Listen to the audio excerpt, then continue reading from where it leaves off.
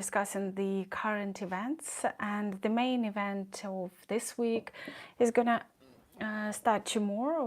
It's the defense conference in Munich, and that's the big thing, because it will be over 60 leaders in different countries discussing the peace, possible the new world order in some speculations in the media, the world is crumbling.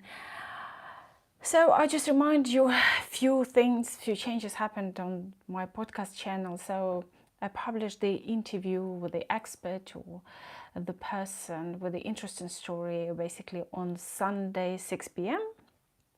and then next day on Monday 7:30 p.m. UK time we have in live where we're discussing this interview, and we see how what you think after watching, and I'm revealing some details, answering the questions. Basically we're discussing the posted interview. And Thursday 7:30 UK time, 7:30 p.m. we're discussing the current events. Sometimes we have guests. Last week we had Vlad from International Legion, and we're discussing documentary Summertime in Ukraine, and where those people the spectators can watch foreigners who are fighting for Ukraine. And I haven't watched the film, but we talked about it, so find on the Saved Lives Summertime in Ukraine. I think it was fun, and there's a lot of recommendations about films and this and that, so I hope it will be enjoyable. So about the Munich. So many experts say this year it's a lot at stake, and Trump shocked Ukrainians so with his statements like the return to the borders of 2014 is unrealistic, and joining NATO for Ukraine is not an option. Also, he had 90 minutes conversation with Putin, which wasn't, this fact wasn't very popular with everyone who heard it. Hello Parveen, hello Shvedata. So far we can see that Europe and Washington have big differences how to approach Ukraine's interest during these negotiations and how to treat Putin. So it's going to be very hot. I'm sure there will be lots of passionate discussions, and looking through different media and articles and from observers who go in there and covering it, it looks like nobody knows what to expect. Even Trump and obviously Trump is not going, the vice president going to Munich this year, but even Trump's team, they don't know what to expect. So but there are things, we can see how Europe is shaken and nervous because NATO ministers quickly pushed back on Trump's action, and German Defense Minister Boris Pistorius said it was regrettable that Trump administration has already made public concessions to Putin before negotiations even began. Some optimists in Ukraine saying that Trump tricked Putin, and this is how he approached his sort of like unexpected approach to negotiations, and he's going to handle it in the best interest for Ukraine. It doesn't look like that at the moment. NATO, no promises of returning to the borders before Crimea annexation and invasion into the east of Ukraine. He says no. So I don't understand. It's not like Ukraine wants something. It's exactly what the regulations, international regulations and documents are supposed to be. It's not like Ukraine insists of keeping Kursk region, for example, right? So it's exactly how it should be, returning. If somebody stole anything, car, goods, anything, it should be returned and paid, and there should be some consequences, as far as I... Also, Estonian Defense Minister Hanno Pevkur concurred there. We must not hand Russia any advantage before negotiations even begin. So, Munich spirit, do you know what is it, Munich spirit? If you do, let me in the comments. For those who doesn't know, I'll explain. When people referring to Munich spirit, and you probably will hear it a lot during the next few days, because it's the conference, Munich conference, starting tomorrow, and it's finishing on 16th of February. So when people say Munich spirit, they typically mean collaborative, they mean open dialogue atmosphere focused on finding solutions to complex international issues. Well, at the moment, there's a big issue. It's Putin and his invasion. And, oh, hello, Cheryl. Lovely to see you. So that's the main thing, isn't it? And we'll see how they gonna succeed in it. So Cheryl, you're saying, I wrote to Trump, Hexet's peace plan looks weak and makes him look like, oh, sucker to Putin. Hello everyone.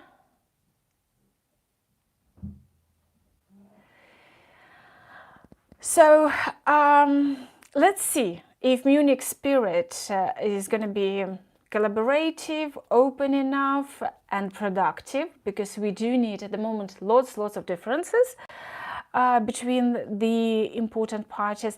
And the other important thing was the Trump team pushing again and again, it's nothing new.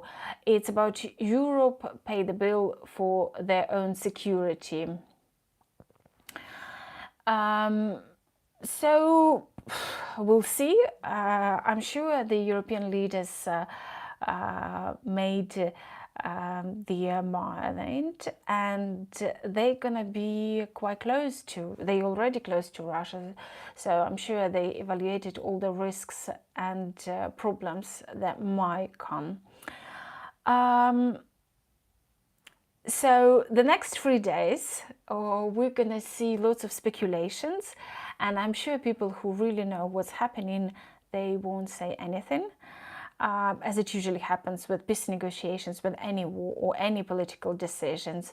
But it doesn't stop us guessing, looking, and predict probably some desirable results.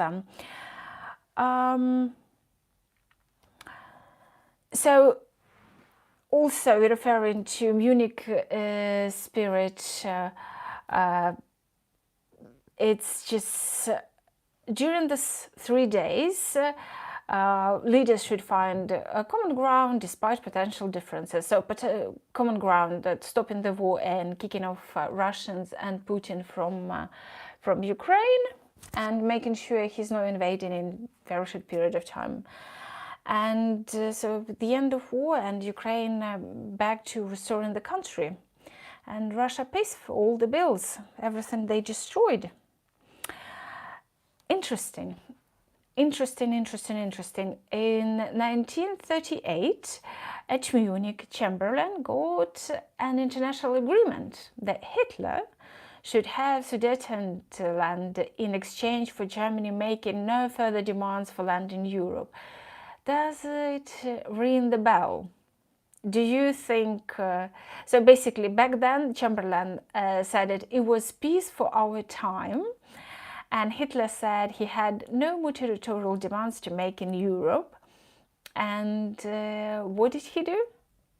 How many lives he destroyed? The ruins in Europe was recurrent for how many? 20, 30 years? So I think, do you think the history repeats itself, and leaders, the political leaders, should be aware of those things? And some people referring to those historical events which happened in September 29 and 30, that when Germany, Italy, Great Britain, and France signed the Munich Agreement, by which Czechoslovakia must surrender and its borders, regions, and defense. So, yeah, to Nazi Germany, basically annexation of Czechoslovakia. And Hitler moved, and all the agreement failed big time. And so what we see now, so who's going to be next? If Ukraine's interest is going to be betrayed, if Putin will get everything, those occupied temporarily, hopefully occupied territories under Russian control, or if it stays there, do you think Putin's going to stop? I don't think. Who's going to be next? Yes, absolutely, Cheryl. 11 million killed each Hitler, Stalin, according to historian Timothy Snyder. So just last night I had interesting interview. It's hopefully going to be published on my podcast, not this Sunday, maybe next one. And the speaker says the Europe, UK have to prepare for, because war is coming. I don't have a feeling the war is coming, but Putin and things he's doing, we can't be sure, can we? So, and again, going back to this agreement, which was signed in 1938 as a sort of like buying the peace for the rest of the countries, for the majority, sacrificing Czechoslovakia, and the agreement was quite popular with the public at the time. Obviously now it's widely discredited, and the agreement was met with resistance only when Hitler moved further and began invading Poland. So if Ukraine is going to be betrayed during these meetings, political sort of promises, and it feels like many important things are going to happen in Munich this year. And I think it's quite naively to expect that Putin's going to stop, even if all his wants are going to be satisfied. Yeah, so big countries or more strong countries, it wasn't the first time when they sacrificed or betrayed smaller and weaker countries. So I hope this time Ukraine, as a small country which needs support and assistance of the Western partners, is not going to be betrayed. And we will see what's going to happen next. So I remind you that we recently had on our podcast interviews with Pekka Kallionimi. He is from Finland, and he does a lot of huge project research in Twitter, and not only Twitter, but mainly Twitter. And sort of the project calls Vatnik Soup, where he shows through details and proves everything, those propaganda narratives and those people who spread in this propaganda in different countries. And it doesn't matter what part of the world you are, there's still Kremlin narratives can catch you. For those who are in Europe at the moment, you probably will be more interested in a recent last week interview with Rostislav Horton, where we discussed Russian narratives and myths and legends supported and pushed by Russian propaganda in Europe, old and new one. And obviously it was admitted that in 2014, when Russia invaded in the east of Ukraine and annexed Crimea, the trust to Russian sort of narratives was more. Now it's different, but still it's difficult to resist because the propaganda tools getting more creative and their stories become compelling. And we also refer to the Putin historian. And those things, for example, when Putin says the Ukraine doesn't exist as a state or as a country and it was created by Lenin, you just think about the fact that Ukraine, in the period of Russia, in the period of time of 150 years, tried to ban Ukrainian language 170 times. It failed, but think about it. It's like why they would try to ban something which doesn't exist. Interesting, isn't it? So if you're interested in those things, check these interviews on my channel and let me know in the comments what you think. So what your senses? What do you think is going to happen? Is Trump betraying Ukraine by saying those things that no invitation to NATO, it's unrealistic, and also unrealistic to return to the borders of 2014? Not even so. What's your ideas? And many journalists in the UK were saying that Trump is Putin's puppet. So far, we were trying, we all, I mean, this world community were trying to guess, oh, he's saying this, he's saying that. Is he? At the moment, as an optimist, I would like to hope that it's just, it's sort of another approach. He sort of getting somewhere. He may be using these tricks to push Putin through something and prepare and get things and ideas he's aiming, and Ukraine won't be betrayed. But it's quite difficult seeing all those conferences and when he's not very supportive, and instead he's pushing for Ukrainian minerals and secure money, which were basically the value of those supporting Ukraine. Let me know what you think. Cheryl, what's your senses?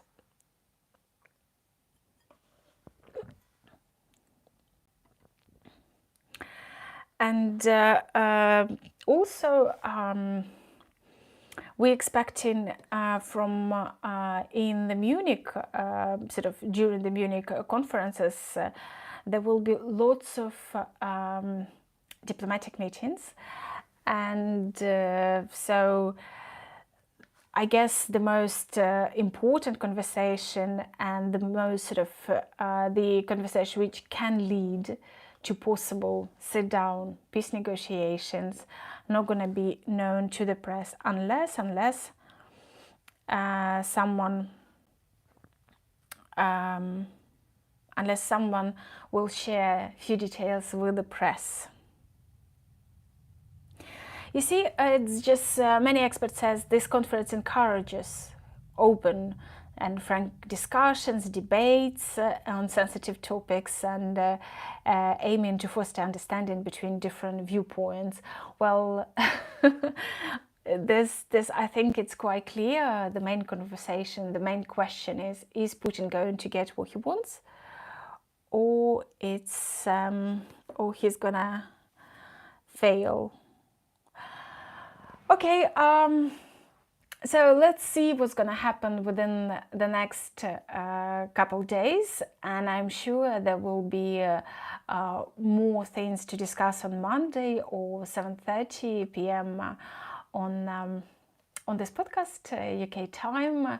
Join me. I hope you'll find time to watch the chat or the conversation, or you can say the interview. It's more like a discussion, being honest with you, because it's quite sort of a bit new approach on my podcast, inspired by my viewers.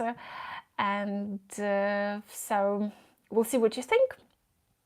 And let's meet on Monday, 7:30 p.m. UK time. Have a great evening. Thank you for finding time being here. And I'm Jenny Klochko. Take care.